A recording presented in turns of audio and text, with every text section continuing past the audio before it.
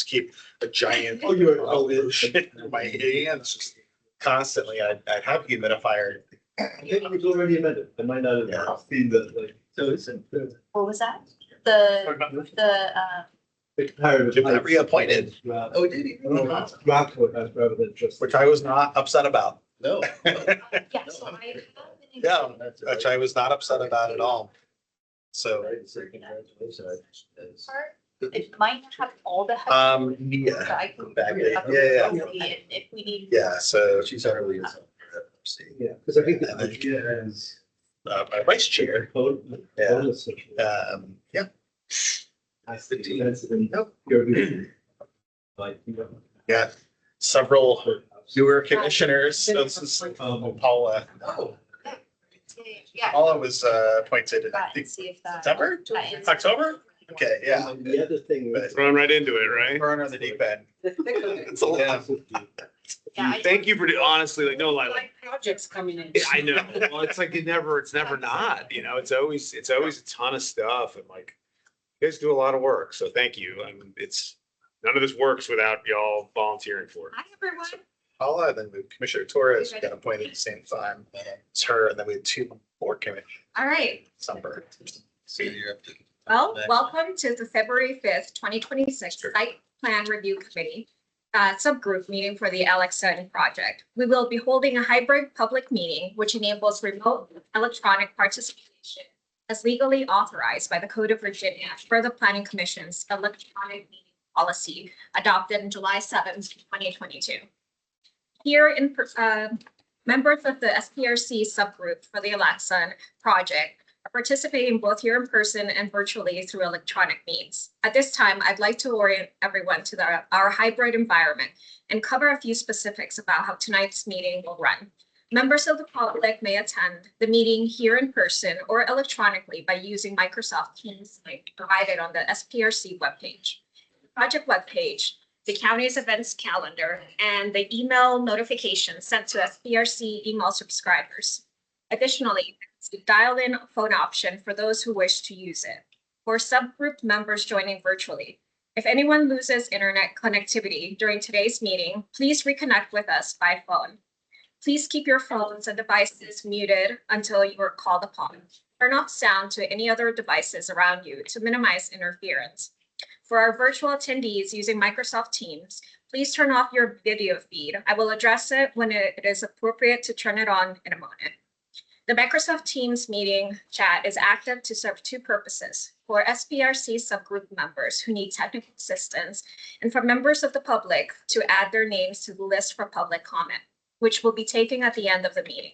The Teams chat should not be used for discussion. Those who were planning to provide public comment will still need to do so at the end of the meeting, as a chat will not serve as that opportunity. All public comments must be shared verbally for the record during the assigned public comment period.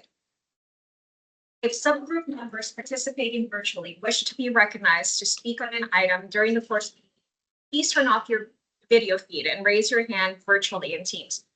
I will monitor the video feeds that are on as an indicator of who would like to speak. If subgroup members are participating via phone today without the audio option, please announce your name and group you are representing now, and I will verbally check in to see if you wish to be recognized, as you do not have the video feed option. To unmute yourself, please press *6 to unmute. For our members of the public who would like to provide feedback and comment, you will be asked to speak at the end of the meeting and will be allotted 2 to 3 minutes to speak on tonight's agenda. The speaking time allotted will depend on the number of speakers we have this evening.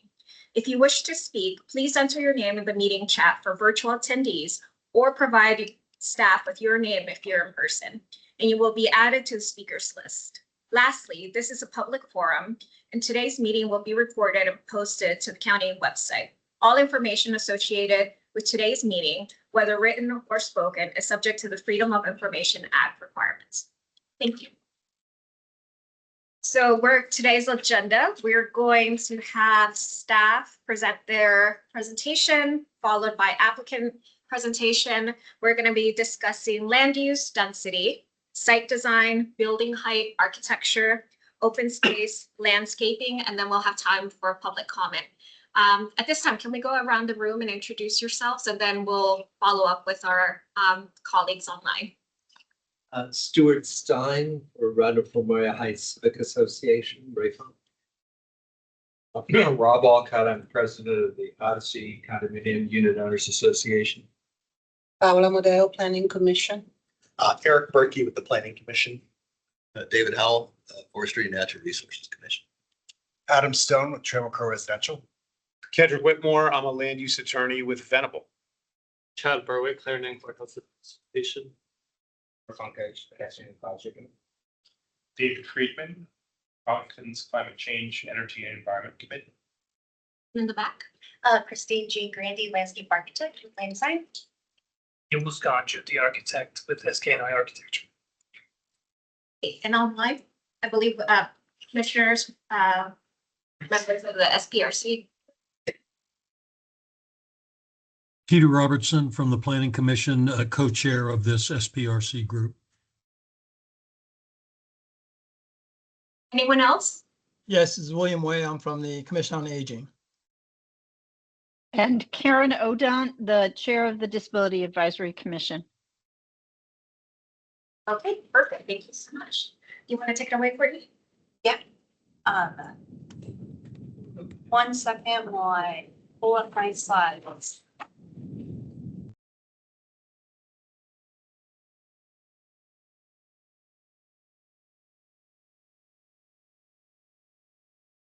Apologies, there's a little bit of a lag on the screen here. Okay, so good evening. As Commissioner Guevara said, I'm Courtney Badger. I'm with the Planning Division. I'll be giving a presentation on behalf of staff tonight. My presentation is going to focus on the topics that Commissioner Guevara outlined for this meeting. Land use, density, site design, building height, architecture, open space, and landscaping.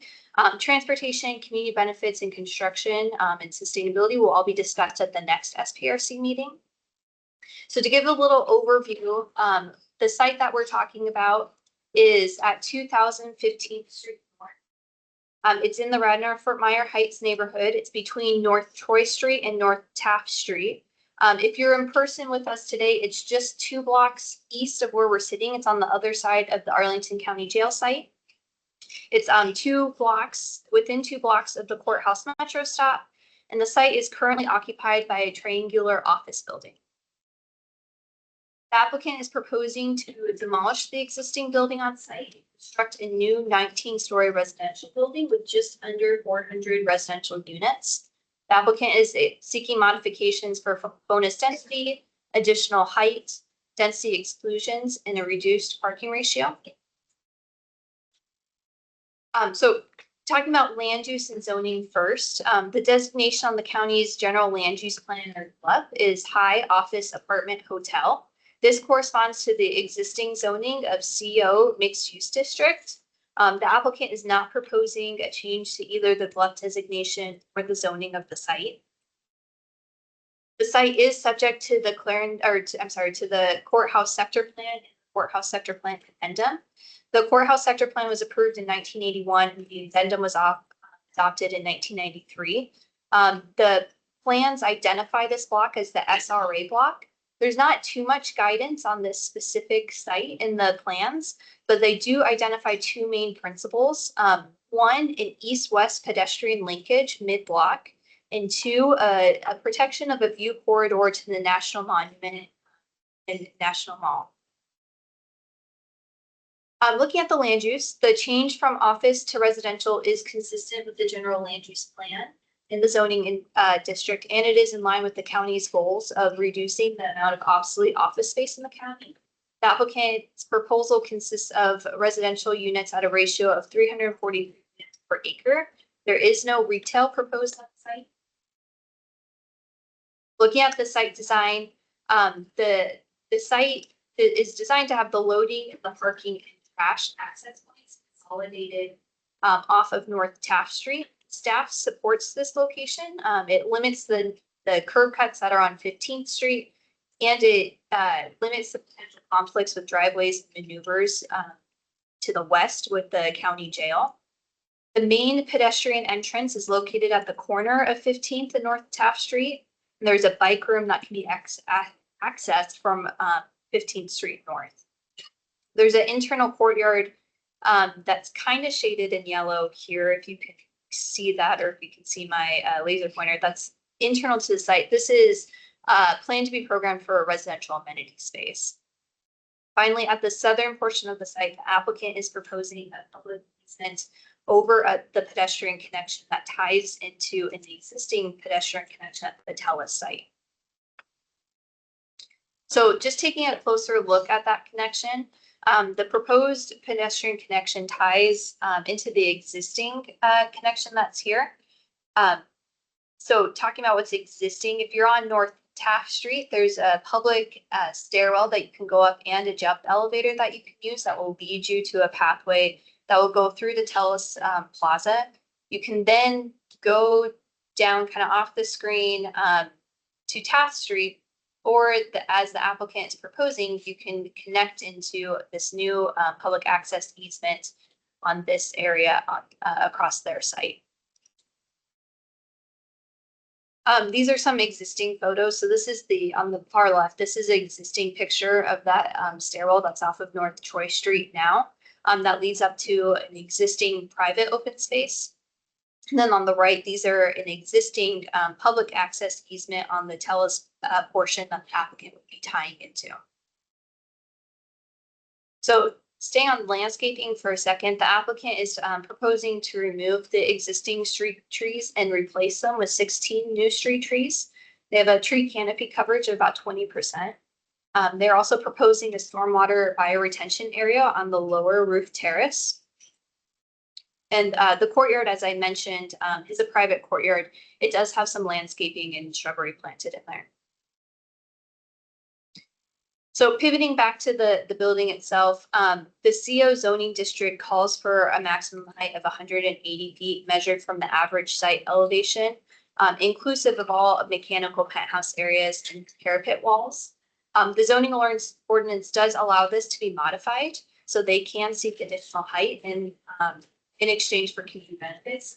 Applicant is proposing to do. They're proposing to have a maximum height of about 194 feet. That max height is concentrated towards 15th Street. So if you're looking on this left picture, this is if you're looking on the TELUS side of the property, looking at the south elevation. So they have two wings that are at a lower height. The 58-foot height wing is the one that's to the west, adjacent to the county jail side. And then it steps up a little bit to the 166 foot. With that, I'll just close on where we are and where we're going. So we're at the first SPRC meeting. We'll have a second SPRC meeting in March. We did do an online engagement in December. If you're interested in any of those materials that go with them on the other topics that we'll be talking about next meeting, they're on the webpage, along with all the comments that have been submitted. And then this is all of the information if you want to get in touch with us afterwards on anything. You can feel free to reach out to myself or Sergio, who's our transportation planner, who unfortunately is not here with us tonight, or the planning commissioners that are assigned to this project. And with that, I'll turn it back over to Commissioner Guevara. Yeah, let's turn it over to the applicant if you're ready. Great, thank you. And Ms. Badger, if you wouldn't mind sharing our presentation, I'll let Adam from the applicant team kick us off. Thank you.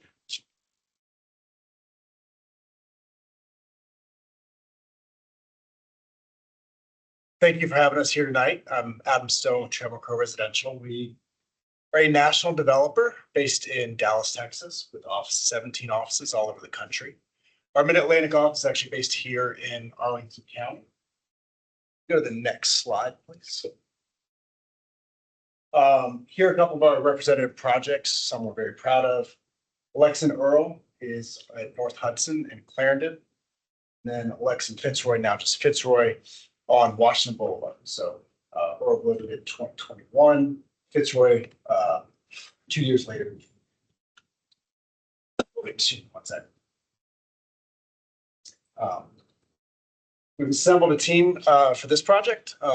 SK and I handling the architecture, land design handling landscape architecture, and Bowman civil engineering and CAD handling land use. So with that, thank you for having us, and guess you want to Terrific. open the rest. Thanks, Adam.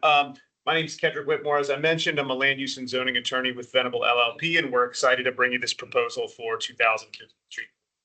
On the next slide here is a vicinity map showing the location of the property within the RB corridor. The next slide is a little closer view of the block showing kind of the location here within the courthouse area. And then next slide has an even closer view with some important information about the site and some of the surrounding features that have influenced our site design. You can see, as Ms. Badger mentioned, the property is currently improved with an obsolete, very rectangular or triangular office building here. Some of the other features, you can see the proximity to the courthouse metro entrance there to the west. You can also see the adjacent Telus apartments and the associated plaza to the south. And finally, you can see the view that exists to the Washington Monument from Courthouse Plaza looking east that exists today. All of these nearby conditions have been taken into account and have been important in influencing the design we're proposing here tonight. So on the next slide, you can see a few photographs of the existing conditions. You can see in the photos on the right, the pedestrian environment today is not great. Not very inviting, a lot of concrete, not a lot of greenery or any kind of biophilic spaces. And this suboptimal street environment is a result of a lot of things, but one of the things in particular is the grade change. And you can see that on the left here, just how extreme that is. I think everybody knows that it's hilly over in Courthouse, but this is a pretty significant change. The change is about 22 feet as you move diagonally across the site from southwest to northeast. And that's something that we've had to spend a lot of time with to address in our design and do it in a way that creates a better environment. But I think we've come up with a solution that addresses this physical challenge and really improves the overall environment. The next slide has some similar images from the Troy Street and 15th Street side. Again, a lot of retaining walls, a lot of concrete. We're going to make that better in our proposal. So on the next slide, I mentioned previously that another physical feature that drove our design is the view to the Washington Monument from Courthouse Plaza. This was one of the very few recommendations in the Courthouse Sector Plan Addendum that Ms. Badger mentioned earlier. This is the view that exists today. You can kind of see it there in the photograph on the right. The existing building is shown there on the left. That's the view that exists today, and we're committed to maintaining that view in our proposal. So on the next slide here, these are some views of that perspective and how it will be impacted with the new proposed. So you can see the photograph on the left is the existing condition. The photograph on the right has, we've added in kind of the outline of the proposed building. And you can see that we're pushed back farther from the property line than the existing building, farther away from the view east. You can also see in the foreground that lowered bar that Ms. Badger mentioned that we think provides a nice visual transition up to the building. So on the next slide here, Ms. Badger went over this, but this is our building program, 394 units with a little over 400,000 square feet in density. So moving on to the building design and kind of the principles that we took away here. This one's a little washed out, but you can see we started with essentially the full envelope that could be built under the existing zoning. Obviously, we're not going to build that, but that was our starting point here. So we first, as you go down, we first carved out that horseshoe, again, because we wanted to make sure that we could create some open area and really connect to that Telus Plaza, allow for that connection that's called for in the sector plan. Then as you move to 3, we pushed back the bars of the building, in this case, a response to that existing view to be preserved east to the Washington Monument. And then finally on number 4, you can see that we dropped down that southern bar, or excuse me, the western bar, it's to the bottom here, to help ensure that light and air could come into this open area, help enhance those views to the monument and the plaza. Again, dealing with those conditions that are adjacent, the open space at Telus, the view to the Washington Monument in a way that makes sense and fulfills what the goals of the sector plan are. So a couple of isometric renderings of the proposal are on the next slide. You can see the architectural details, the rooftop uses of the building. On the next slide, a couple of other renderings from street level. You can see here we've used the building design to really address that grade change that we talked about earlier, upgraded that pedestrian environment that we've showed you. The next slide shows a little more detail, zooms in on that main building entrance to give a sense of the pedestrian scale we've tried to create here. Next slide, we turn the corner from the lobby to see the Taft Street view. And finally, last two views are shown here from Troy Street.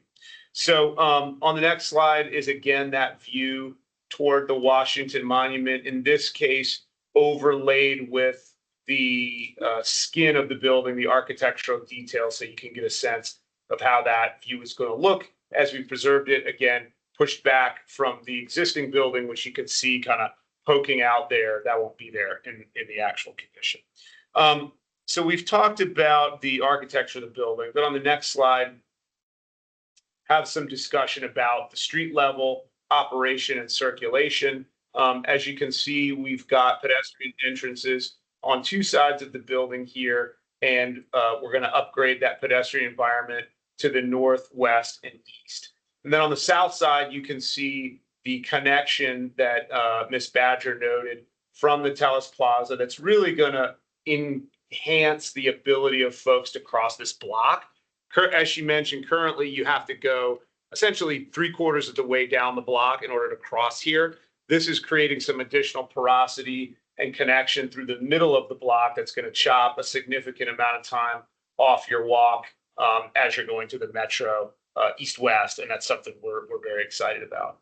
So on the next slide is some information about the landscaping and the design of the open space. I'm going to let Christine, if there are questions and a desire to review this, I'll let Christine kind of go through that in a greater level of detail. But we've taken a lot of care to take what is currently a pretty uninviting, sterile environment and make it a lot more friendly, a lot more biophilic, a lot more green in our proposal. And we think that's going to be a huge improvement both to the exterior streets of the building as well as this interior open space area. So with that, I will close and will be available for any questions you might have. Thank you so much. Do we have any clarifying questions either for the applicant or staff? Yeah, so to clarify, the main entrance is on Troy, It's the corner of Taft. Taft and 15. Where the same entrance is today. Okay. Body mass gyms gonna stay there? See a body mass gym. Anybody staying? We have to demolish the entire building, so we have to. Is anybody vacate. coming back? We don't have any retail space plans. Retail space. Is there I think I saw in the graph, is there a pedestrian entrance on the northwest side? I think it was only on the north and the east, right? Can we go back to the deck? Okay, just from the building. Yeah, from the building. We haven't gotten that level of design. We almost certainly would put some sort of secondary access point there because that'd be the closest route to Metro. So we did something similar on Fitzroy project where there's a main entrance and there's a secondary exit to Metro. Yeah, I'm sorry. It's here. There you go. That's the same slide. You can see it there, right? It's on the north side, but on the western portion there. Okay, great. Thanks.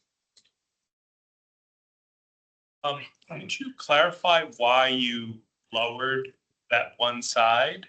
I thought I had read that it had something with you, but that didn't seem to be the case in looking at the sight line. So could you just clarify why you're not, building that up to the same height? Sure. I'll let Yavu maybe answer this, but I think there are a couple things that it provides, rather than having a wall right there, it provides kind of a transition up as you're looking east so that it's not initially a wall right in front of you. You kind of have a step up through there. It also allows some more light and air into that courtyard and open space area. So that was kind of our thinking, but Gavi, you may have some, I'm sure. Absolutely. That is the point. I mean, Troy Street is a very narrow street and, we wanted to open it up and not create a lot of shadow in that area. Plus, the Telus Plaza in our own courtyard. We wanted to have it open with the southwest lighting.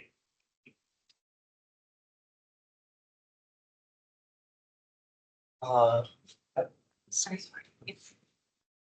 Um, I'm curious about how bonus height is used in courthouse altogether, including up to the Commodore or beyond, down to the Odyssey. There was a slide with the heights. So I'm wondering if Sure. And while she, be interested in that. But, or maybe the next time, I would love to see height, particularly the heights above 180, but even in that area, Odyssey, all around. Sure. I think actually Ms. Badger has a slide. Thank you for putting that together. Our next topic is land use and density. These were just more clarifying numbers. I think we can get into the discussion. Well, I just want to note that Yeah. William Way had his hand up. I don't know if he has a clarifying question before we move on. I'm not sure if it's a clarifying question, but I had some questions about the tree canopy, that sort of thing. Is that for later or now? We're gonna talk about that during open space and landscaping. If it's okay, we can hold that question until the end, unless it's. All right, thank you. Yes, go ahead. Clarifying question for you. I can't remember, Chair Gilmore, if you cover this. No, in the next, are we doing transportation tonight or is that going to No. be too? Next. Great, that's it. And then unless any other questions, we can jump into land use and density. One, as far as clarifying, Yes. just bring it up to what we bring up. Okay. But so that is a residential amenity. There's no public access, sort of similar to what it is now, that large. I mean, it improved, totally changed, but. Part of it will be publicly accessible. There's a portion, there's kind of a split, and you can see it on the slide. Part of it is kind of interior courtyard area. Part of it will have an open space easement over it. So the area will be some beyond the pathway. I don't know if you mean beyond the pathway. What, do you mind if we, bring up one of the slides? I want to make sure I'm answering your question. Oh, sure. So yeah, this will be the area with the easement will be, so it'll be kind of the ability to make that connection up through the block will have a public access easement. Right, but then the rest of the open space, more biophilic design and of that will all be private property. This part is going to be, right, this is going to be essentially amenity space for the. Amenity space, similar to what it is. I wouldn't say similar to what it is today, because if you head out there today, it's in terms of the condition of it, it's not. Yeah, I great. understand that. No, I mean, Yeah. because as far as access. Okay. Right. Okay, so do you have any follow-ups or was that sufficient? With the land use and height. Oh, no, we're going to that next. I just meant for the last question you had. I think I understand. That's good. Thanks. Thank you. Okay, so let's discuss land use and density. The way I like to do it is just going around the room. If you have something to say, please do chime in and ask either the applicant or staff, but otherwise, no pressure. I'm sure we all would like to get home, so no pressure at all to space. Why don't we go around the room, Mr. Stein?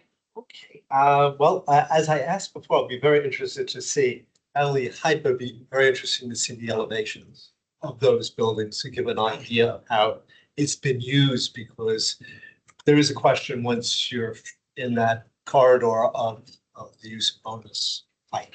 Yeah, and oh, sorry, go ahead. I understand it's just 14.5, but that's 14 feet or whatever it is, but it's something that's a very sensitive area too. Sure. And with that point, I'm very interested, I think Courtney had passed on to you my interest in seeing the reverse view from the mall, the Capitol, whatever, possibly similar, like that there was a glove study for a different property. And it'd be interesting to see how we fit in, just to see. I have a feeling it's fairly peripheral, but and it's a very sensitive area. It's and thank you for that question. We did not have a chance to put the rendering together, but we will bring it next time. So thank you for that question. So I brought it very late. we will bring that. Yeah, no worries. Happy to do it. So I will say that in terms of that height, the difference in this zone and the CO zone is that typically heights are measured only up to the main roof line, and you get an additional 23 feet above it for your penthouse. This is the only zone in which the measurement is up to the parapet wall, the top of the parapet, rather than the main building. So it ends up that the heights are not all that different, but the way they're measured are actually different, which I can't explain why the zoning ordinance is written that way. It's some vagary from, maybe Susan Bell could tell us if she was here today, right, to let us know. But the only area that's above that height for us is essentially penthouse and parapet wall. So there's not occupiable space above there. But I do understand your question that you want to understand how that looks in the reverse skyline looking from Washington back west, and just see how that fits into everything. And how that's been used. Right. Well, because it's all of CO, right? That includes 180 being limited is all of CO. It's just that you have mixed uses there. Some are RA, I'm sure. Right. Some are RA as you go farther east. And then interestingly, as you go farther west, it's CO, but it's in that courthouse square addendum area that they were trying to glut themselves into. And those have different height rules also, just to make it more complicated.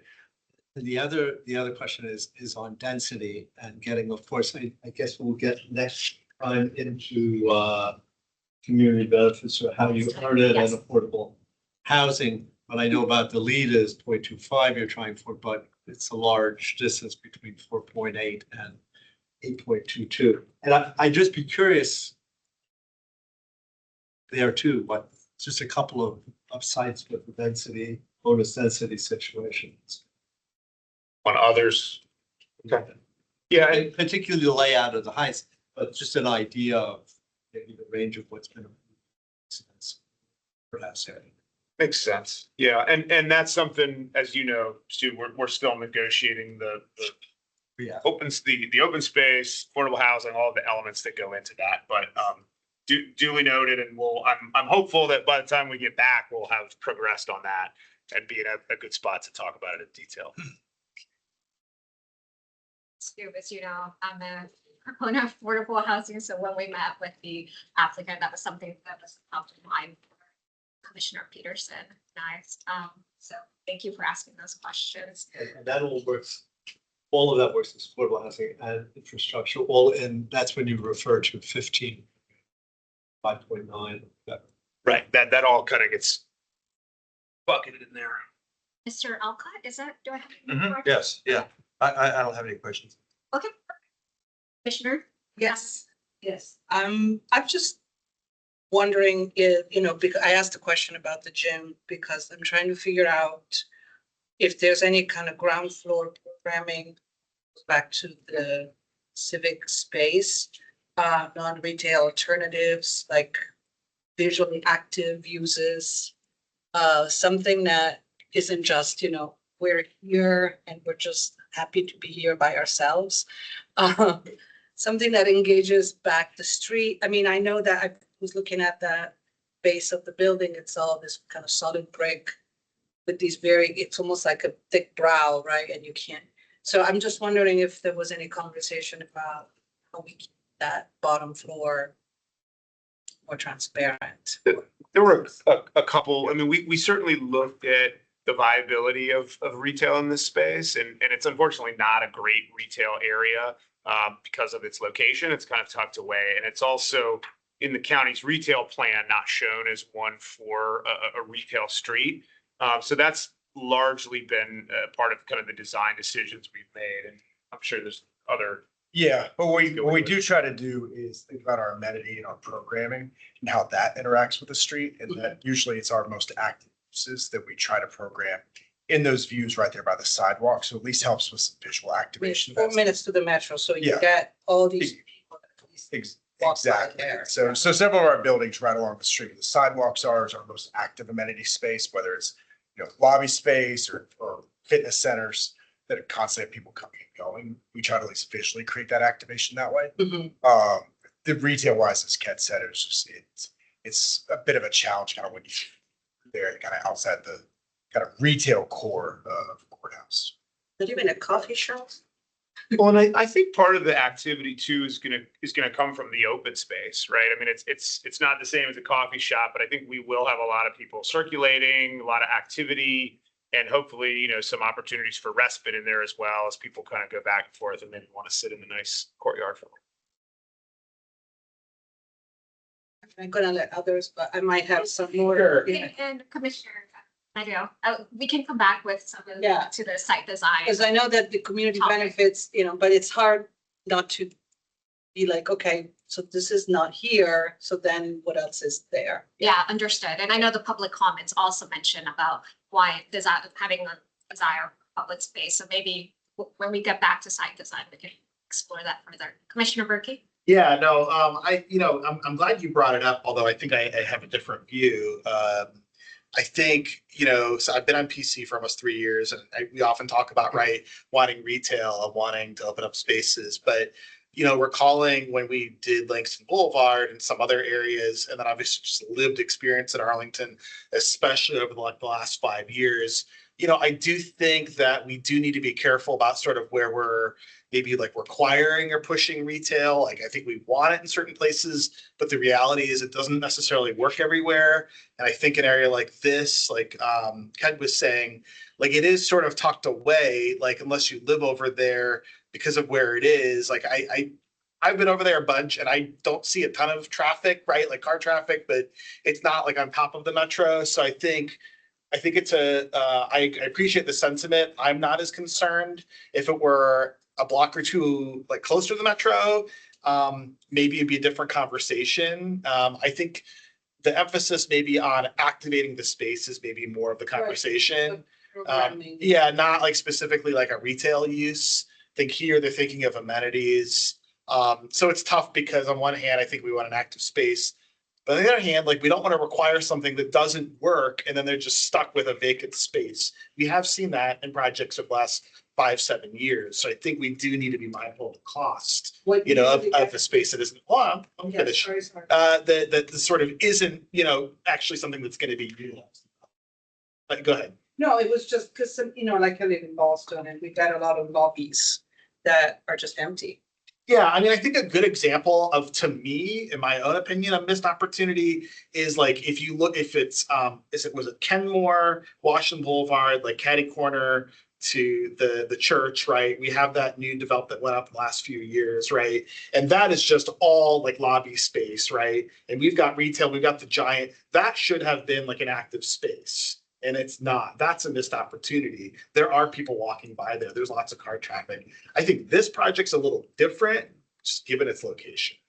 But I think reasonable people could disagree. Anyway, I yield the rest of my time. Thank you. No, it's all good. This is what we're here for. Yeah. First topic. Yeah. Okay, Commissioner Howell. I'll just go with what Eric said and Okay. There you go. pass it on. All right. I'll just make the comment that I think residential is a good, it sounds like the main part of this project or why we're here today is talking about or this office residential. I think that makes sense. So just from my point of view, I think this is a good project from what you guys are trying to do. I do have the same kind of questions about retail. I have also seen lots of empty retail, so I totally understand that like sometimes we have too much empty retail space, but it is a 4-minute walk from the metro. And you said 1 or 2 blocks closer, like 1 or 2 blocks closer is the metro. And I don't know, I don't think we should necessarily require it, but I kind of interested in really kind of more of the details on why it was really decided that this space was just not good for it. It seems like a space that could be good for it, so. But the gym. Is there any retail? I mean, we have the jail to the west. And part of it too is, right, retail does well when you've got two-sided retail. You've got other retail there. You've got folks already shopping. I don't know that there's You're about to have 19 stories of residence. Yeah. No, but I think that Sorry, if I may. I do think that, I see obviously both sides, but I think we also need to look at the sort of the bigger picture. There's a give and take of everything, right? That if we put that retail that potentially could be sit empty for X amount of time, then that means there's less space for creating homes for others, right? Like, so it's a balance on what we think is the best use, particularly with so many restaurants closing down these days, having an empty space could be deleterious. But perhaps something we could explore here, well, you could let them know actually, is more playing with the space. Perhaps it's not retail, but making it more It interactive. doesn't have to be retail. Yeah. That's helpful. It just has to be street friendly and activated. So whether it's a gym because somebody's using it from the building or some other thing that is engaging, I don't know. I mean, that's obviously for you guys to figure out. No, that's very helpful feedback. No, I appreciate it. Yeah, But if you want to continue. That's all I was. Okay. Great, thank you. I've got two land use comments. One is in the theme, but that'll be second to make a change. So the first is, I believe this is land use. I saw the breakdown between like 1 bedroom, 2 bedroom, 3 bedroom is primarily 1 with a little bit of 2 and then a couple of 3. I would just say, I think there's generally a need for larger 2 and 3s. So we've done the economics, but I think that I live just a couple blocks from the building, go past the building all the time. And, like our building has like no 2 bedroom units available at any time. They go on a week. So, and then the 3s are, I've lived there over 10 years and they're never available. So that's one. And then to go back to the whole retail thing, as I mentioned, just go past this building all the time. There's a lot of people like kind of walking about, which, not surprising, not that many cars, but the ones that are go really fast. But anyway, we'll get back to that in transportation. So I think like it feels like I cycle and walk past there to go to retail at other places. It feels like a dead zone in the middle. It's also a little bit isolating, that area. Now I actually kind of avoid it, go a different path, which is a little bit more like there's a bit more like activation on the street. So and then also like if we think about more recently, just a block away, there's a lot of retail that was opened just across from the metro, which from this building is now just about a block and a half away. The Mama is completely packed all the time, and it just opened like 2-3 months ago, I think 6 months ago. So yeah. That's basically what I was saying. Just like more activation of the street. 15th Street has a potential.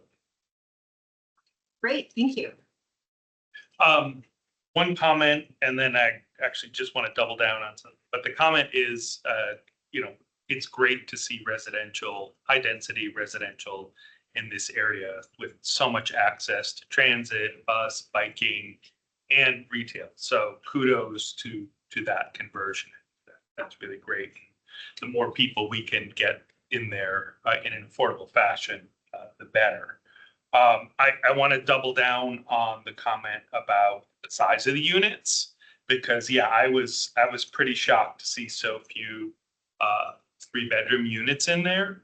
I think when we think in terms of affordability, when we think in terms of density, when we think in terms of building communities, it's incredibly important to be able to get families in. And you're not going to get families in there with 1 or 2 bedroom situations. That's not great for Arlington. It's not great for the area. It's also, I think, not great for commerce. You want to have a nice diversity of folks with different needs. So I really encourage, some really double downing in terms of thinking about expanding that access to more people.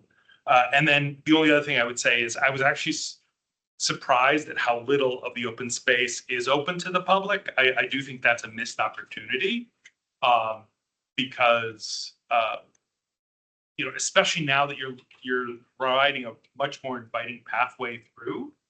It's not a lot of hangout space. It's not play space. I think you could enhance the community by at least making more of that accessible. Well, you want to preserve security for the community that lives there, but it feels like a real missed opportunity. Thank you. I think we have one final. All right.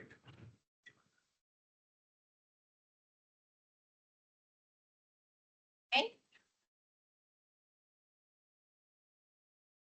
It was from before. Yeah, maybe it's It's a probably the one. holdover. Okay, great. Let's move to the next one. We've already started discussing this at length, sort of some of the site design elements, but only if you have something that's really burning, let's go ahead. Stuart, do you want to? So what the other element? Site design. Oh, site. Mhm. I for one appreciate bringing down feeling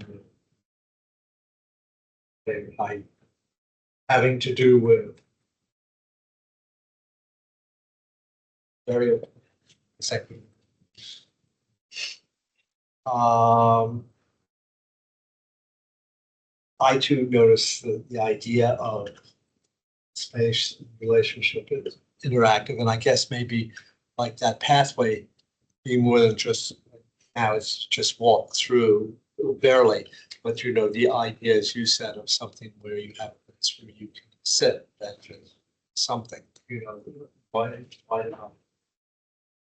It's giving you a feel of some of the open space.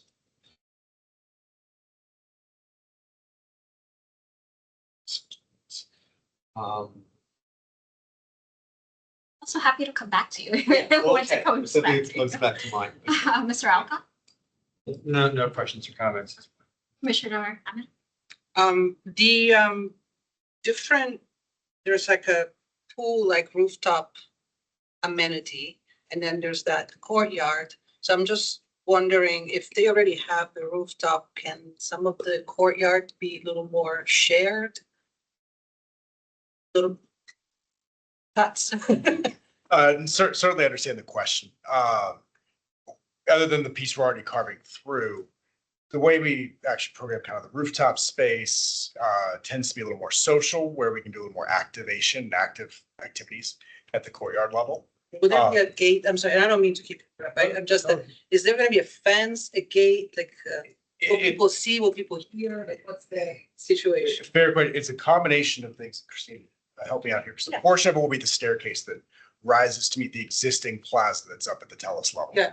So a portion of that will be created by that, and then there's. Then there will be So then, fencing that separates the public space from the private courtyard. And then the stairway leading up to the Telus Plaza is also acting as that separator.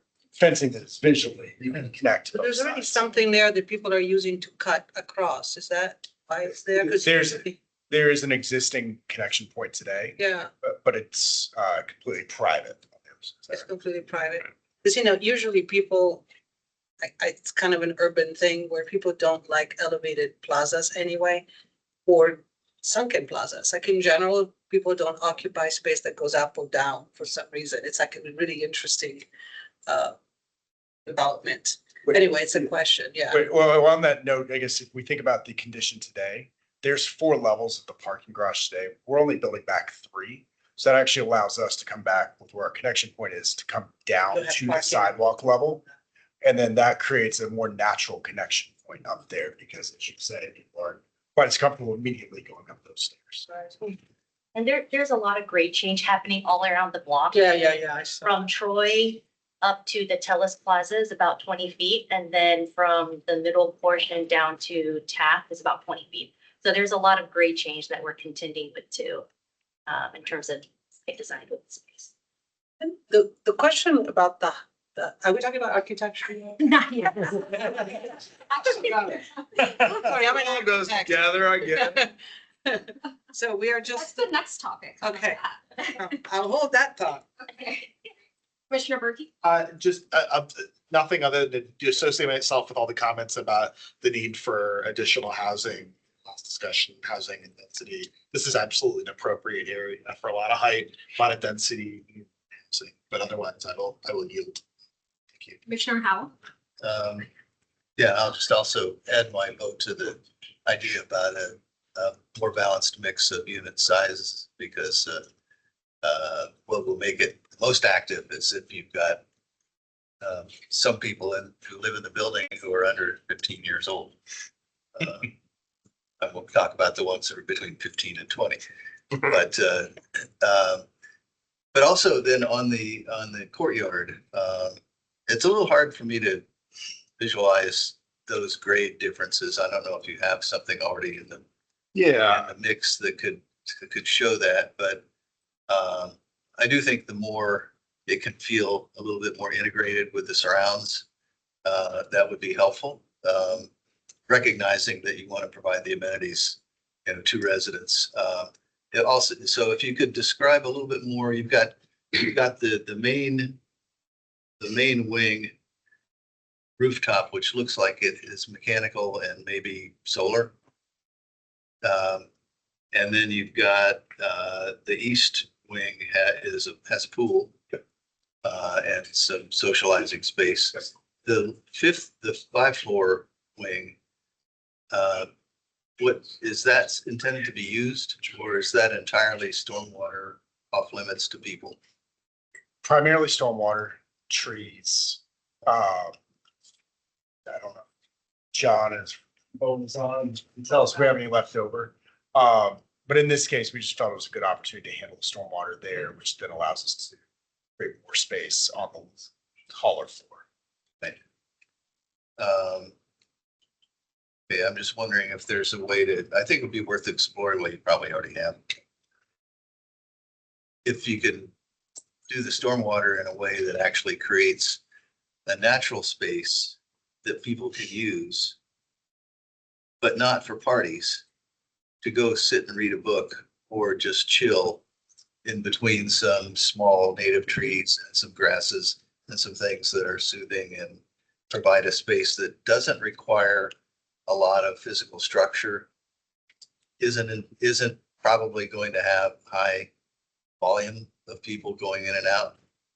But again, if you've got a mix of, if you've got a population there that of all different ages, which would be good, I think, there will be people who would really appreciate that. And there's nothing around very close, unless you want to sit under the tree out here by the parking lot.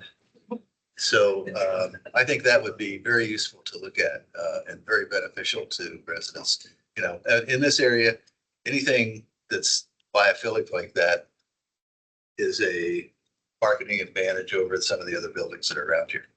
We also saw that level there as an opportunity to do some, really cool like landscape seasonal pop, so whether it's like selecting trees that is yellow in the fall time or has blues in the springtime, just like a whole bunch of this, just so you get that pop of color from the courthouse and you see it. And it's just like something really special that you kind of like, recognize and tie to this. That's great. Yeah. Well, thank you. If I could just jump in just real quick about the stormwater management. Hi there, this is John Dostansky from Bowman, the civil engineering side of things. So we did look at some of those options about, looking at something else different with the stormwater management. And the part of the issue is if you start having people walk on it and making it more of a park, it does affect the calculations and how much you have to have. And the county's got some certain regulations about that. But basically what we have here is kind of a fairly thick bed, if you will, to accommodate the stormwater management here to be the most efficient. That was our thinking about this. And I think we can continue exploring this. Our last topic is actually open space and landscaping. So, yeah, we've got quite a bit we could show you guys on that. So just to clarify, let's make sure I understand that the stormwater solution right now is it vaults or is it something else? It's a combination. It's bioretention. It's about 1,300 square feet of bioretention. That's what you're looking at closer to Troy Street, the rectangle there. And then we also have vaults in the opposite corner there, closer to Taft and 15th. So it's both. So we're treating it from, we're picking up about almost half of the roof, about half an acre or so, roughly. That's being treated in the bioretention. And then we're going to also filter it down through into the vault, stored in the vault, and it's released out into 15th Street. Thank you. Commissioner Peterson. Hi, I'm sorry for being late. My daughter had a performance at the school board meeting, so I wanted to echo Commissioner Berkey's comments about this being a really great location for density. I love that. I love family-sized units. I'd love to see more kids in these neighborhoods. I had a question about the location of the main entrance, which seemed like it's on the east side, kind of at the bottom of the hill. But since we're hoping that most people will choose not to have cars, they'll be walking to the metro. Does it make more sense to have the entrance on the northwest side of the building, so people don't have to like walk up the hill in order, like, they save a block of walking? Yep. Which when it's icy out might, be. Fair question. The topography kind of creates some natural conditions with the front door and how we treat that space does kind of lend itself naturally to that corner. The second arrow that's on the northwest corner there will be a kind of a resident entrance exit at a upper level. It'll be at the same level as the sidewalk at that level. It'll be a shorter distance to Metro. We've done that in similar projects. And people will be able to access both of them year round. I know in my building, half the year they close one of our entrances because it gets too windy and the leaves blow in and, there's not a vestibule area. So as long as that's available year round. Thank you. Thank you. Yeah, I don't have any comments on site design. Yeah, I was just gonna say I'm supportive of the northwest entrance, and then second site design. Also really supportive that you moved the garage entrance off onto the east side, just because reason is sort of transportation. Like the safety along 15th is cars go really fast, so less cars coming out. It'll be safer for pedestrians, safer for bikes. So yeah. Thank you. That's good feedback. Thank you. And then I think we have one online. Yeah, I don't know if you're referring to me, but this is William White.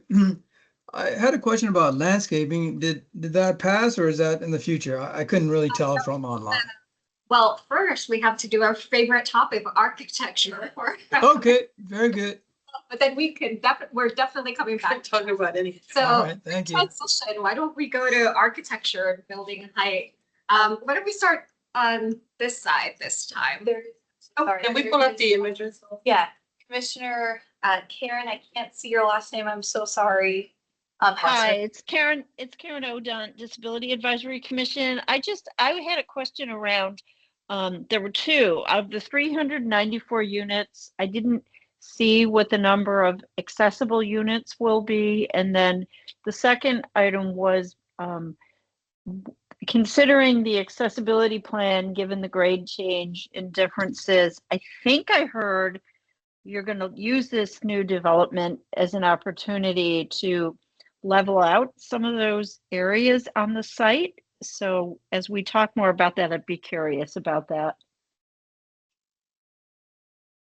We're checking on the number of accessible units, so thank you for that. In terms of leveling things out, it is a pretty, as I mentioned in the presentation, a pretty significant grade change. I can share a couple of elevations to show you how we've navigated that as best we can and tried to use the building design to make an area that's a little less hilly. When you've got a 22-foot elevation change, there's only so much that can be done with it. But I think we've done what we can here. So if I can, let me try to share my screen here. And apologies because this is running relatively slowly on my computer. I will see if I can get this to share. Everyone cross their fingers. Okay. So here are a couple of elevation sections showing how we've navigated the grade. And you can see that 22 foot of change means that we've almost got some of these on different levels here. But we've done our best to be able to create an environment that using the building, here's another kind of better view of how much slope there is, trying to smooth out those edges where possible throughout the surroundings of the building.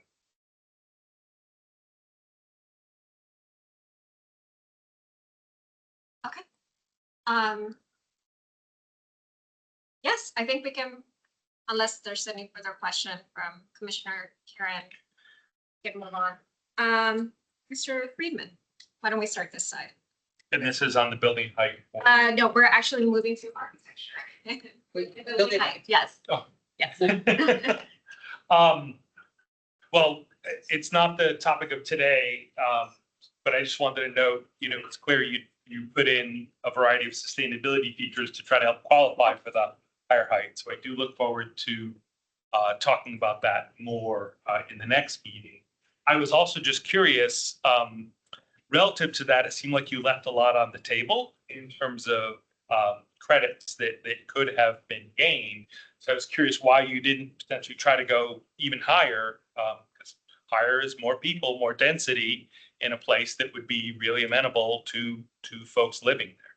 Sure. I mean, and we don't have our environmental folks here today. We will. Yeah, and that's fine. Next one. But I think in terms of like of height and density, it's a fair question. I think one of the things that is always a struggle is balancing, the need to build out these areas with creating a product that's financeable and buildable. And the capital markets have certain numbers where, if you go over a certain number of units, it becomes a much more risky proposition because it's a larger outlay initially versus the time to build it out and for lease up to start. So we came up with the number we did for a number of variety of reasons, the size of the site, location, but also what's financeable. And if you go above 400, you start to get into a little more risky territory, which is why you don't see a lot of buildings that are mega huge with a ton of units in a single building. If you do that, it ends up having to be split over multiple buildings in multiple phases, so you can separately finance those in kind of more bite-sized chunks than total. So it's not always, more density equals better. Like there's a level where more density becomes less useful after a certain point. And I think we're kind of balancing that along with everything else in this one. What a good question. Thank you. Anything? On architecture? Or building. Yeah, building height, I think is fine for this area. I just wanted to confirm that we are upholding our memorandum of understanding with the DC Planning Commission that the view shed from the National Mall won't be impacted. Yes.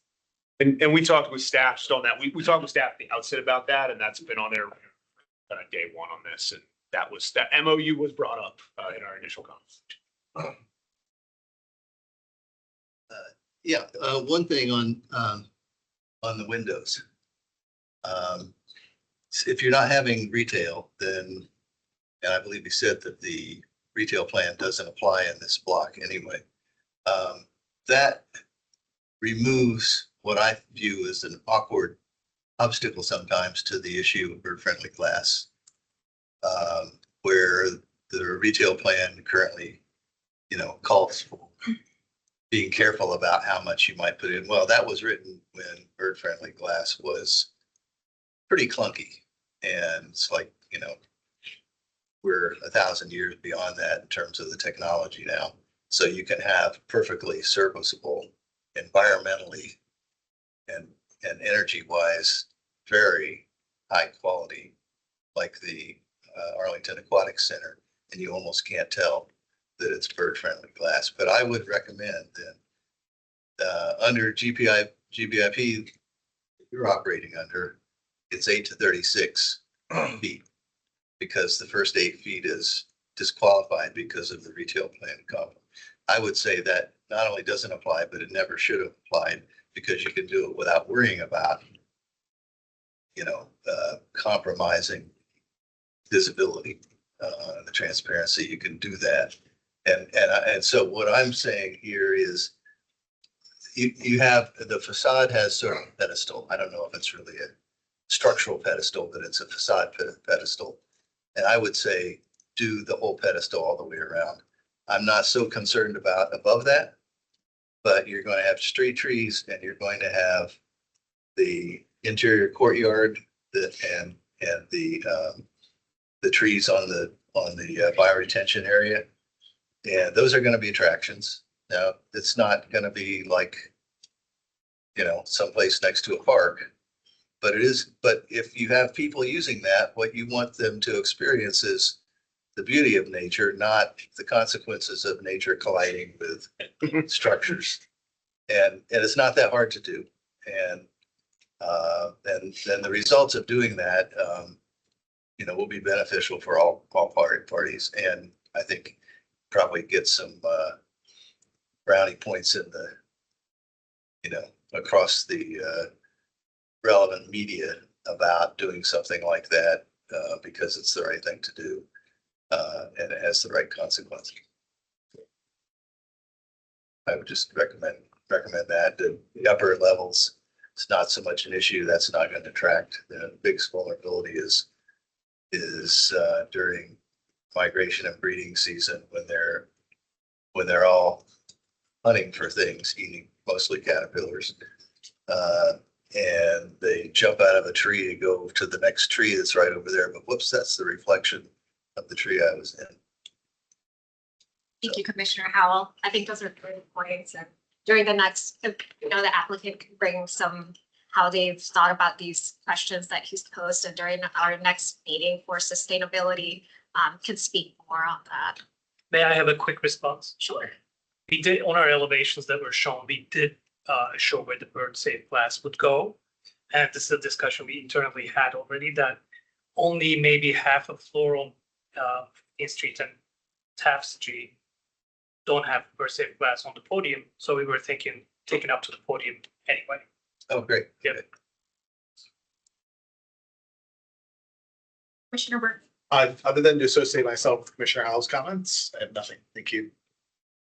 I have a question, can we talk whatever we have, the 3D image? The corner there. So if we have a lot of different types of units, why do all the facades look the same? Or is it just, it's too early in the process? So I'll pull the images. Yeah, so 15th Street is very different from Taft, is that the one east? Taft, and then Troy is west. Yes. Thank you. Are you asking why? Yeah, like Same? because a 3-bedroom apartment is, I appreciate the balconies. So are they all gonna, so the question is it all gonna be, whether it's a 1-bedroom or a 3-bedroom, the facade looks the same? Actually, can I share my screen? I got a different view that might feel better here. So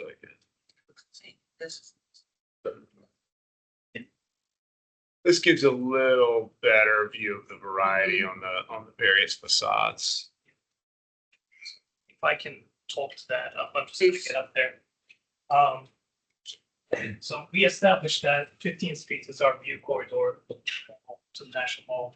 So we have corner units looking straight down 15th Street, and then we wanted to give corner glass and balconies to the upper units to use that view corridor, so we angled them out. So every unit, living room, is gonna have a nice balcony. Yeah, I appreciate corner that. window on that view corridor. And on the Taft Street side, the view corridor is going this way, so we angled the units that way. And they have an inner corner glass, not an outer glass, because they don't need to stick out to get the view. So I really appreciate the comment about facade looking the same, but every street has a different facade language. Well, is this the same? Sorry. No, go for it. But mine is yours. Property rights. One commission. Is this the same? Yes. Okay, so to me, these two look very similar to each other. I appreciate the different angle. I definitely understand angling the view towards, the view. I'm just wondering if, a 3-bedroom house looks a little different, apartment looks. It does look good. 3-bedroom is all glass apartment. It's that whole tower is 3 bedrooms, so it's more than a couple of units. I mean, It's at least 10 for the stories. lower floors, it changes. First 3 floors, we have a lobby and amenity spaces. And then the top floor is our amenity clubhouse. And then in between, there might be a 2. That stack is the, yeah. I think they have 15 3-bedrooms. Yeah, 15. Yeah. 15, which each floor. Yeah. It's just that sometimes articulation that changes helps also with the massing feeling different. And I know that we don't have a problem at all with the height, I think there's a lot of articulation there that's very interesting. I just think that a 3-bedroom apartment in a two-bedroom apartment, or they're different from each other from a one-bedroom apartment. And so I don't know if that helps you. It doesn't help. It doesn't sound like it helps you. But also the courtyard, I think it would be nice to see more articulation of that space facing the courtyard. Because that's what you're talking about, the colors and all the foliage. And then there's a backdrop of a very monochromatic background. Actually, Commissioner Admiral, that's something I noticed too. It just seems very low. I was comparing it to in the slide that you have on your presentation. I think it's called Altair, that building. Like there's a lot of light and it looks really playful as opposed to this one that's very dark. Are you looking at? Yeah, so at The other beginning- buildings yeah. that are on. Got you. Yeah, the one on the right hand, at the bottom on the right. That's mostly glass wall system. Mhm. So there's not a lot of brick on that building. But Is there anything that can be done with the colors or? of course, something that- the final selections have not been done for it's the massing is, if we go back to one of our views. For example, we have a light brick objects, which is the L, and then we have this introducing this a different color object that comes down and becomes the entrance to the building. So you can see it on both sides that the darker color object is going through the building, the light color building. So there's two objects that are intersecting. So the language of that will not change, but the materiality will be able to change. You know, it's funny. I'm looking at this on my laptop, and like it's kind of Yeah, it's washed so on much that darker screen. there. Like you could, there really is a difference. Like if you look, and I don't expect everybody to look at my laptop, but I do think that does something to the color to make it a little more monochromatic when it's up It's there. not monochromatic. Um, Is that what you're saying? I'm saying that I think that the color there is not. I'll put it simple because I'm not an architect. The color on there is not the same as the color on here. Image on the It looks image on the different. right. So I really appreciate your conversation about the massing that is articulated through the L. I'm just wondering about the one facing the courtyard. Yes. Sure. Yeah. I mean, this is an oblique angle that you'll never see, right? And we have a lot of bronzes and warmer colors on the brick that are not really represented well on the screen. So I think when it's time to like show the materials, I think it. Yeah, and I think we can come back with some additional views, right? That give a little better sense of that. So why don't we do that for the next one? And yeah, I mean, it really does look just kind of washed on this screen. The next one we can print out Yeah, that's a so so that we. make sure that pop is there. Because you really, yeah.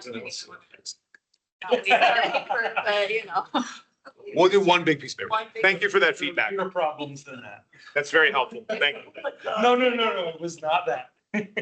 Mr. Alcott, Commissioner Admiral, anything else?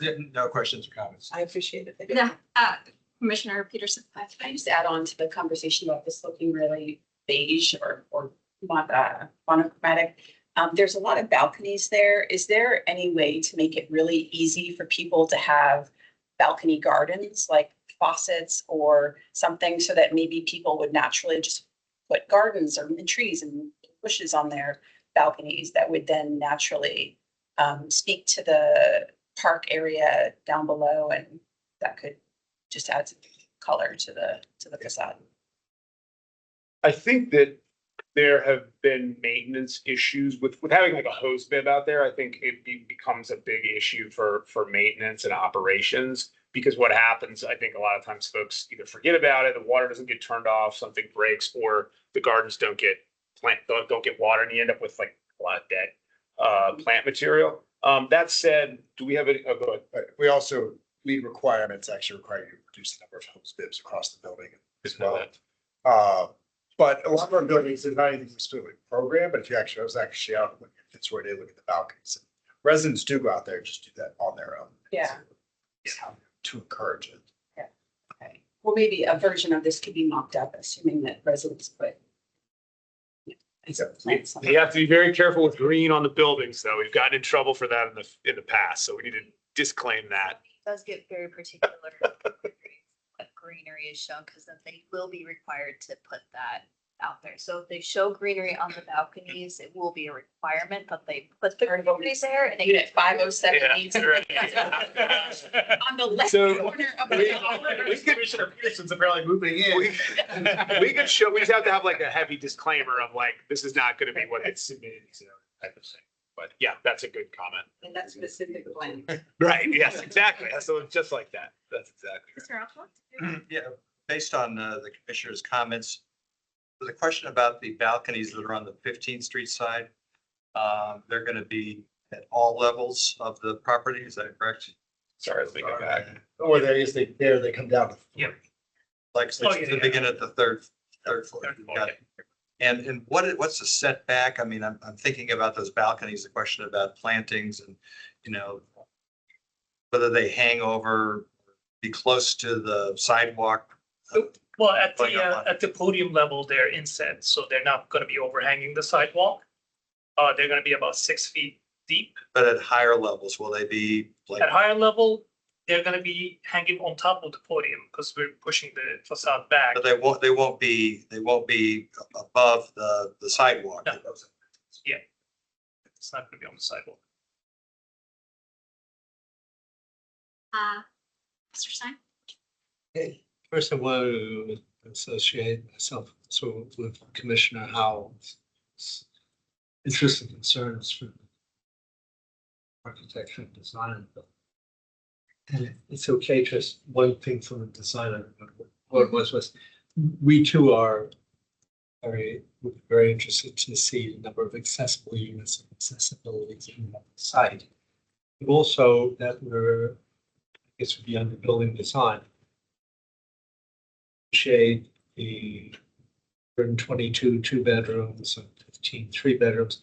I'm also happy, and I know we're always happy to see the diversity of units because it's also important to have those 37 studios. Such a need, and I'll be very interested to see what the mix for affordable units spreads out throughout. Sure. Me think that. I'm ready. Okay, our last topic for the night. So open space and landscaping. I will note that discussions about sustainability, they're going to come prepared with more information during the next meeting. So today we're keeping it specifically for open space and landscaping, but I think everyone around this room has already touched upon the importance of some of these sustainability issues that obviously permeate throughout our agenda today. So back to you. Anything on open space and landscaping? Just, the idea of whatever can be stretched or whatever can be accommodating in public space. Not too much of a bat, sometimes is a real barrier. And sometimes even if you're sitting in public space, you're more part of the general landscape. And also our concern, someone mentioned to me about it, was of course also be interested to hear from over here about the loss of some of the more substantial trees that are there now. Will be gone. Tree canopy is very important. Thank you. This area. Yeah, especially, I mean, it's throughout the comments, there were several comments. Trying to ensure tree canopy that's going to be lost. So thank you. I would echo the comments about the tree. I don't know if there's anything that can be done, but yeah, it provides a nice aesthetic as you either go up or come down 15th Street. I'll ask, appreciate the comment. I'll ask Christine, I assume that when you do a redevelopment like this, that it necessarily removes, that's typical that the trees get removed and that what we put back is then consistent with the current guidelines, right? Rather than whatever is there. So I think that like replacing the street trees is generally unavoidable from a construction perspective when a new project goes in, but I can tell you, and anybody who's done work here can, that Arlington County's tree folks are among the most stringent in reviewing plans and ensuring that things are up to snuff in terms of soil volumes, in terms of survivability of the trees, and tree bonding to make sure that they do survive. So I don't think that there's a way that the existing trees don't get removed, but they are replaced with the compliant trees that the county's going to require. Commissioner? To me, it's the same comment. I think it's early in the process. Each side looks the same. The trees are all just coming in. Sorry, They look like monopoly houses. can you clarify when you said which The Taft, is it Taft? Can I point? Yeah, Troy and Taft, right? Right. Yeah, Troy, yeah, Yeah. just, I think it's just the trees just look so pretty and yeah, everything like just looks They will be spaced the pretty. same. Well, It's all like a little too cute. I think they're required to be a certain distance, They right? are I mean, that measurement and that regularity is actually enforced by. We require them to be the same distance apart. as And, long and as- all the same trees.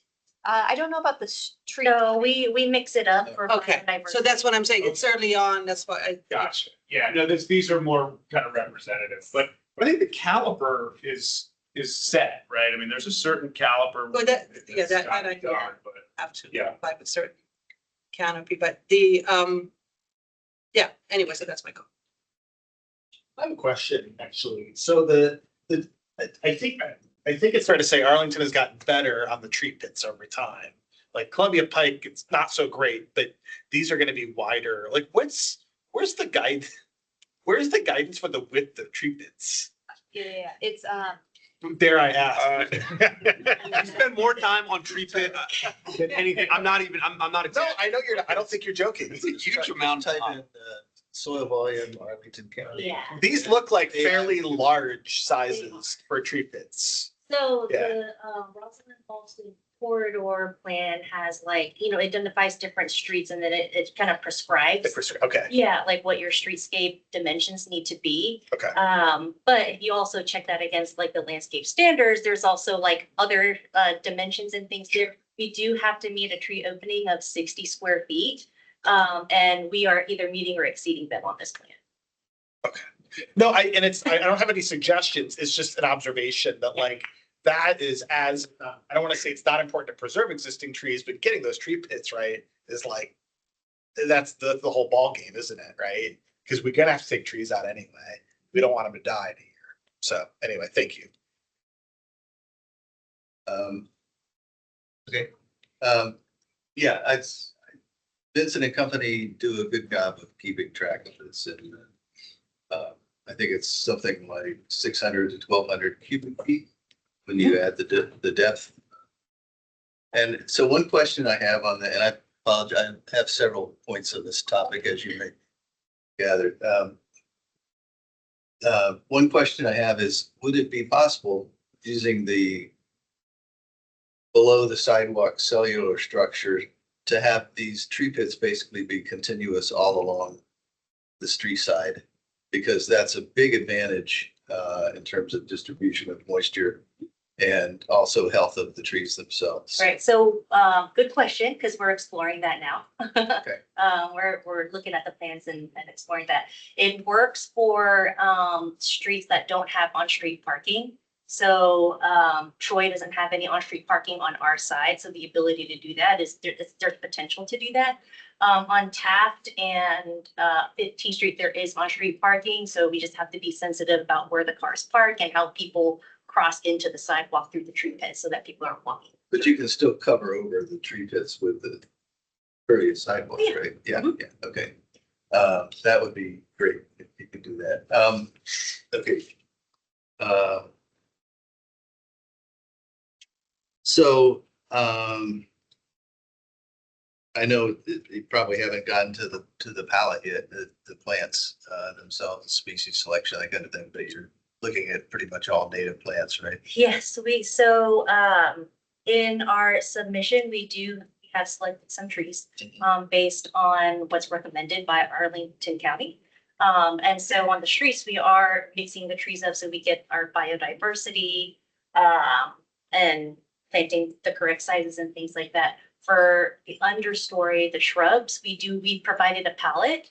And we have received like a memo from Dr. Byrne just with his thoughts on like the plant selections that we made. So we'll definitely, there's some work to do in curating that plant palette to be able to, you know, satisfy like what we need to put in there, and then also just. And Christine, is it fair to say that most of the specificity is done in the final landscape plan following entitlements? We just have the conceptual, but I think it's really helpful to get the feedback about what we can, both from you, from Dr. Byrne, others, about what we include in that final landscape plan in terms of plant palette. I think it's good to talk about it before, because the final landscape plan is after the approval of the project. So, exactly. It's the only opportunity. So yeah, just to put in a pitch for, now you got your up to your back pockets in the 3-dimensional challenge on this site, right? But in terms of 3-dimensional challenge, when I think about the courtyard and everything, how much can be done with the variety of sizes of trees where you've got layers. You know, you can have, I don't know if you can have, you know, much of a canopy in there, a mid-sized canopy, but, you know, understories and shrubs and that kind of thing. And so you're creating 3-dimensional spaces, which is one of the things that, you know, really contributes to making something biophilic in an immersive sense, and a biophilic experience, not just biophilic appearance. Yes. And also it's wildlife habitat. So I think that's good. I'm as we all are, a little disappointed about every time you have to cut down trees, but we also understand that. One of the things that's been done on a few projects, and I don't know what all the trees are, what the species are, and what the value is, but there have been a few projects where there were some very interesting, like black walnut or some other, you know, tree species that were could provide an opportunity to actually repurpose that wood, use it for, excuse me, use it for door handles in the lobby, or use it for something decorative. Excuse me, to bring a little biophilic sense to the interior, which is really important when everything is so geometrical. And also, just one last thing on the courtyard. Yeah, I think you've done a really nice job of your initial, you know, visualization of it, just for this purpose. But I would just always say, try to keep all the lines organic. You know, throw away the compass and the straight edge and use a French curve instead. Because that, again, creates that variety of experience and exposure. As you walk around, you know, it's always changing. And that's very, very valuable. So, okay, thanks. That's all. A great comment. Can we share some of the slides that we have? Sure. Which one? Tell me which one. Because I think it responds to like, so go to number 4. So we have some additional slides related to our public park space. 4, yes, okay. This one? Yes. Great. So one of the things that we did as we like started to get into like the thought process and design for our public space was to like think about how we connect to the existing open space that's right next door to us, right? So off of Taft, there is like this really beautiful like Quartet mural that runs up this stairway, and on that mural is this quote that says, "Be humble, for you are made of earth.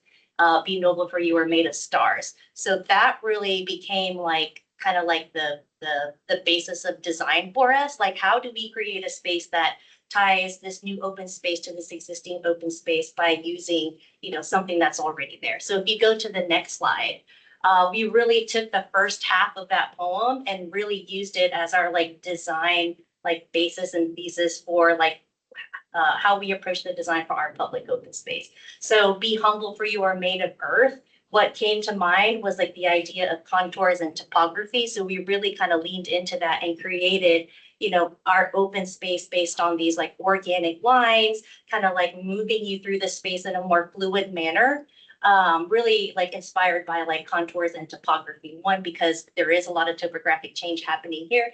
And then two, just like the idea of like, just, you know, earth and topography. So if you go to the next slide, this slide is an enlargement of our open space, which is about 2,800 square feet. So what we've done is we've taken the public space here and we brought it down to the street. So we've made it accessible off of Troy. Right now, there is a giant wall. You can't get over there without having to walk around the block. So we've actually opened this up to the street. And, you know, again, taking those curvilinear forms and using that to create the spaces. So we do have some seating areas there, little pockets where people can kind of sit. We're wanting to make it welcoming for people. So we provided like a bike rack at the entrance so that people can engage within the park. There'll be signage. We do want to also take that same poem and put it at the front of the park too, where we would have signage so that, you know, you're reading it here and you're reading it on the other side too, as you like engage through this park. So along with, I'm sorry, Yeah. just in the interest of time, and we have some questions, that are online, but yeah, no, there's some questions about like amenities and things like that. I just wanted to like point out that, yes, we are providing those amenities within this public space. It's not just a through space, but there are places where people can. I love the inclusion of those themes. I think it's really beautiful. I think that's it.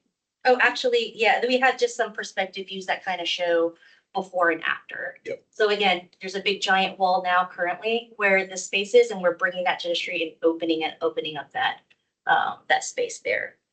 And then if you go to the next slide, it's kind of just showing, you know, right now the space is private open space, and we're trying to make it public with the introduction. Those are nice. Thank you. Okay, I'll be quiet now. I'll be quiet now. Okay, that was a huge compliment. But Commissioner Howell, I really appreciate your comments, particularly, I mean, I think one of the things that came to mind as you were speaking is sort of like a Japanese garden, you know, just having that respite from everything, and it doesn't have to be, you know, it's sort of obviously with different grades and levels. I think that's a really good, astute comment. Commissioner Peterson? So I really like this public space and just wanted to confirm. So the public space is just on staff slide 8, maybe staff slide 9 or staff slide 8. Slide. Show the counts.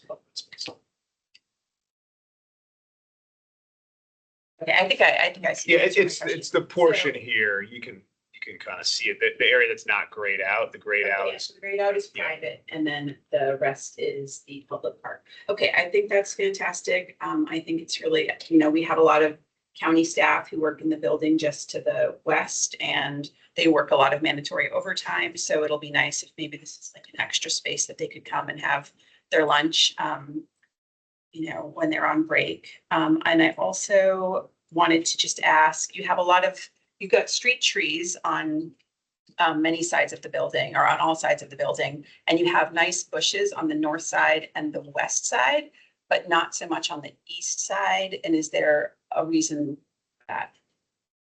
East side being half. Yeah. It's a lot, it's garage, loading, and what's the trash that kind of will come through that side. So basically from here south.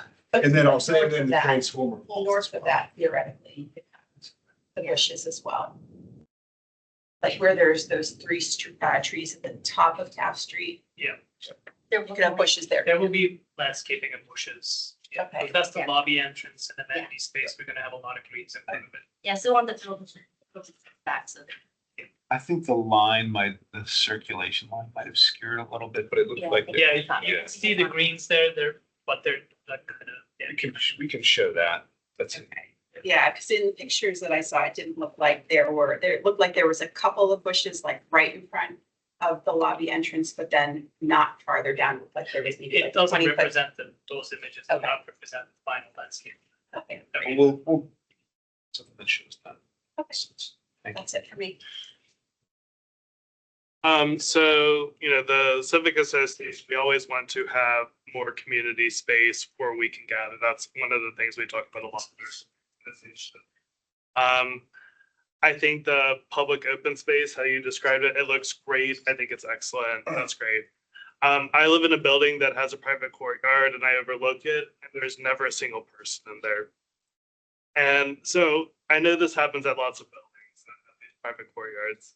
And honestly, I don't know that I'm going to get this or convince you guys to not do this because I understand that you get trying to sell it as amenity and whatever, but honestly, the public would have such a great use of that space and your residents are probably not, from every experience that I've ever had with a private courtyard, nobody's ever used it. So it sounds like this is at the same level, like mine's on the second floor. It's not even, you couldn't even access it if you wanted to from the street, right? But this one does seem like it's accessible. And I think this could be a really great place for the residents of Courthouse and your civic association together.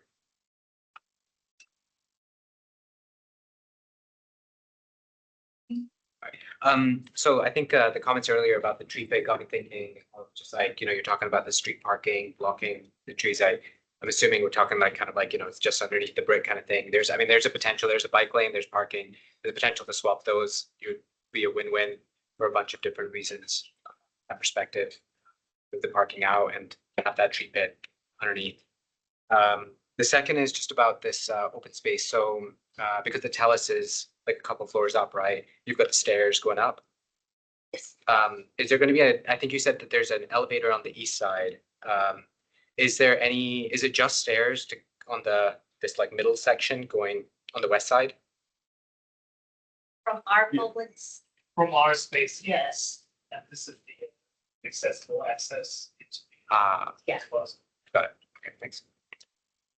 No, just And just one point of clarity, today you actually go from the Taos Plaza up to the private open space that's on the site today.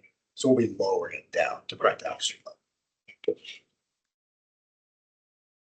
I would also add, I thought it was great to have the poem in there and the connection and to see how it inspired some of your design. Double, triple, quadruple down on opening up that space to people. And I don't know if this piece goes to sustainability or not, but I couldn't tell from the plan the degree to which the plants would be native, which I think is both, yes, it's important from a sustainability perspective. It ties to the issues of, what kind of animals you will attract and how you lay it all out. So I apologize if that's a sustainability question, but to me, it seemed like it was part of the open space and landscaping.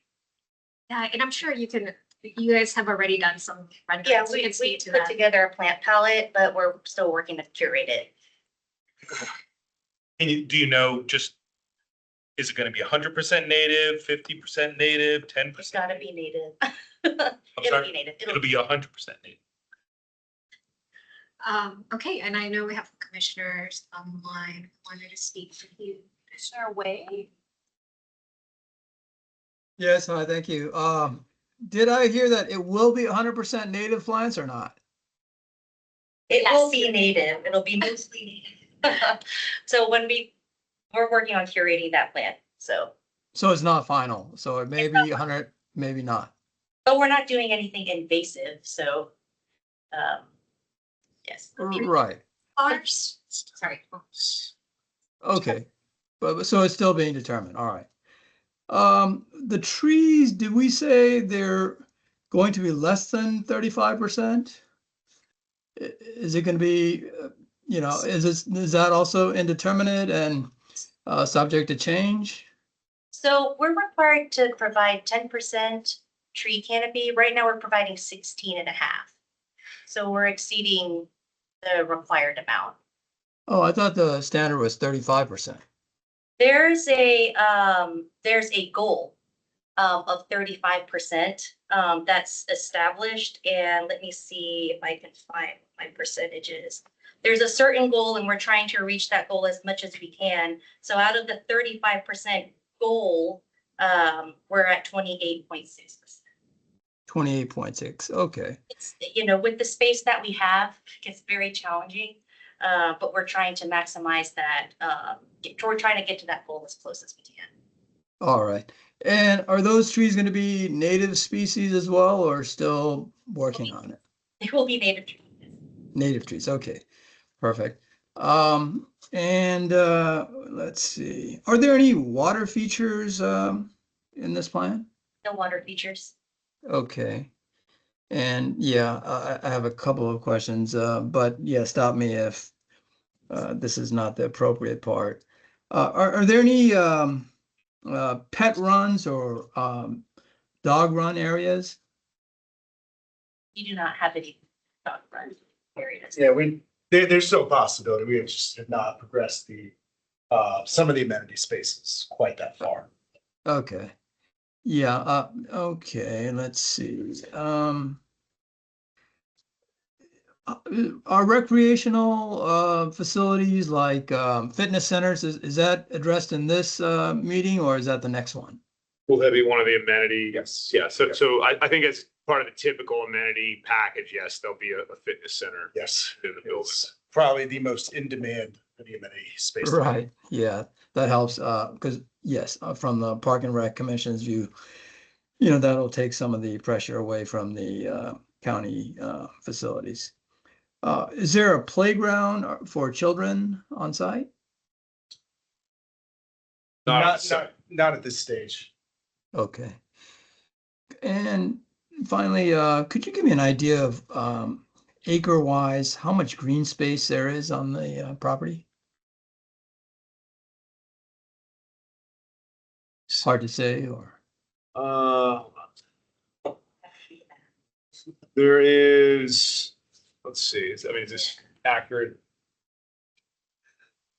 That may not capture, it captures the private rooftop. So the public park area is 2,744, private courtyard 8,257, streetscape 12,241 square feet, and then in rooftop amenity space 6,799. Now that is not every inch of that is green, right? But that is, the general open space That's on around the site.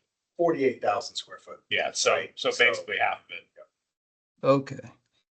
All right, thank you so much. That's all I have for now. Thank you. Thank you. Thank you. And we have public comments.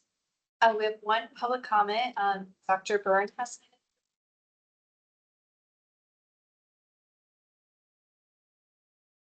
Dr. Byrne, if you're able to unmute yourself.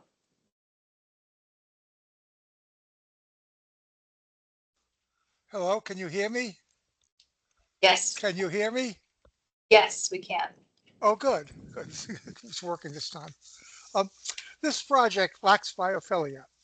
The courtyard, mid-block pedestrian connection, and streetscape have too much impermeable pavement. This creates stormwater runoff and too little green space with plantings that can support pollinators. The courtyard, in particular, has too few trees. The roof of the large L-shaped building lacks a significant amount of green space.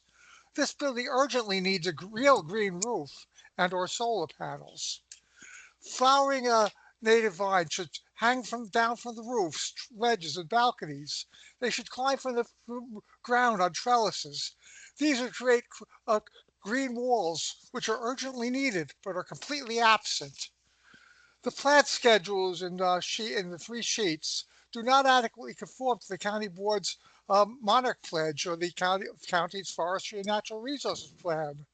These documents encourage plantings of native nectar plants to support monarch butterflies and other pollinators. They do not support plantings of cultivars and non-native plants.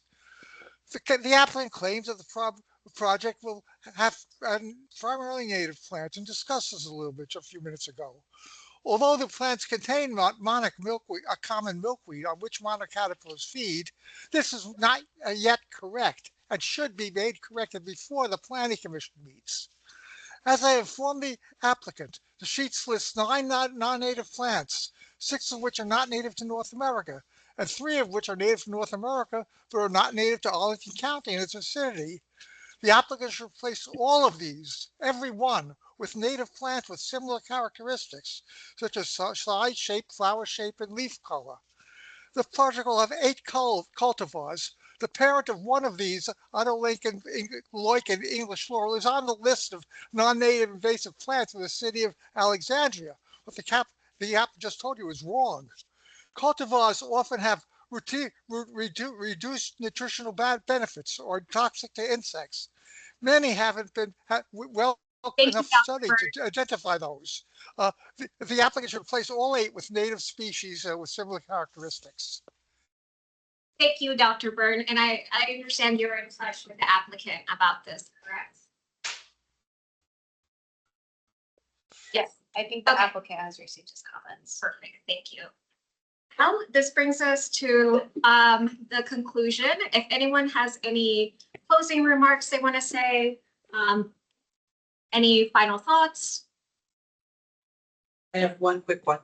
I was looking at the screen a little more closely, like you suggested. Did it help? It helped a lot. Okay, good. I see the 3 skins that you guys have put on the building.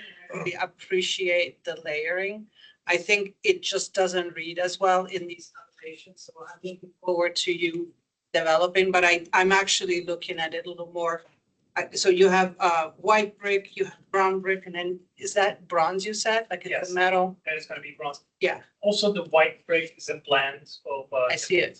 I see it. So it's gonna be, and we're planning very monumental northern side brick on the podium, and then upstairs is gonna be modular. Yeah. We're putting a lot of detail as rustication for the human scale at the pedestrian level. So I see there are a lot of subtleties in what you put into it, and I think that facade though facing the courtyard could read more strongly in that direction, what you've done. I think there's good stuff here to kind of implement side as well. Well, if Commissioner Amado is happy, then I'm happy as well then. But thank you so much to the applicant and staff for working on this. Look forward to the next SPRC. As you know, lots of questions of sustainability, particularly also affordable housing. So looking forward to having that chat next time. Thank you. Have a good night. Appreciate you. Thank you for your time. Appreciate You guys done a shadow study? I know.